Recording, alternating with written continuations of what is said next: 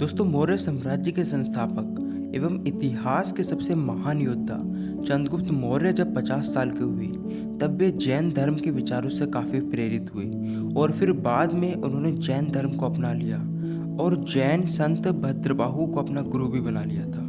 दोस्तों, इसके बाद करीब 298 ईसा पूर्व में वे अपने पुत्र बिंदुसार को अपने विशाल मौर्य साम्राज्य की जिम्मेदारी सौंपकर कर्नाटक की गुफाओं में चले गए। दोस्तों, कर्नाटक की वे गुफाएं जहां पर चंद्रगुप्त मौर्य गए थे वो आज के बेंगलोर से करीब 160 किलोमीटर श्रवणबेला की गुफाएं हैं, जहां उन्होंने 5 हफ्ते तक बिना कुछ खाए पिए कठोर तप संधारा किया और बाद में भूख की वजह से उन्होंने अपने प्राण त्याग दिए।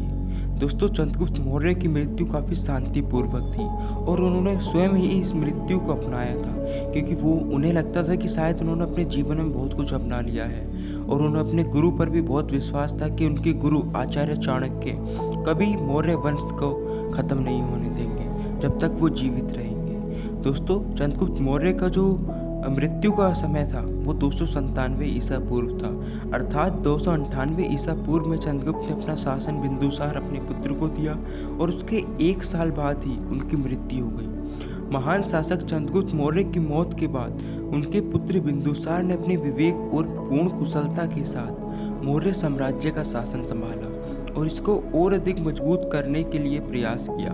वहीं बिंदुसार के समय भी चाणक्य उनके दरबार के प्रधानमंत्री रहे थे।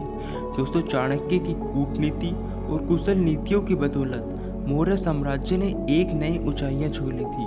वहीं इसके बाद चंद्रगुप्त के पोते सम्राट अशोक ने भी अपने अद्भुत साहस और कुशल शासन के माध्यम से मौर्य साम्राज्य का विस्तार दक्षिण भारत और कलिंग और तमिल आदि क्षेत्रों में भी करने में विजय हासिल प्राप्त की थी। दोस्तों, इसलिए मौर्य साम्राज्य के दूसरे शासक बिंदुसार को इतिहास में एक महान पिता का पुत्र और महान पुत्र का पिता भी कहा जाता है, क्योंकि वे सम्राट चंद्रगुप्त मौर्य के पुत्र और सम्राट अशोक महान के पिता थे। तो दोस्तों, ये कहानी थी कि आखिर कैसे महान चंद्रगुप्त मौर्य जी की मृत्यु होती है और उनके अंतिम दिन किस प्रकार थे। उम्मीद करते हैं वीडियो आपको पसंद आई होगी। इसी तरह की इन्फॉर्मेटिव हिस्ट्रिकल वीडियोज के लिए हमारे चैनल को सब्सक्राइब कीजिए। मिलते हैं अगले वीडियो में, तब तक धन्यवाद। जय हिंद, जय भारत।